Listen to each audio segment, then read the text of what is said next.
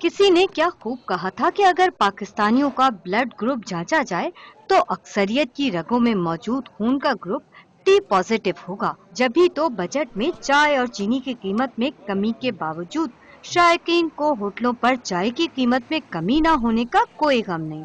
ता ईते कहंदे ने शौक दा कोई मोल नहीं।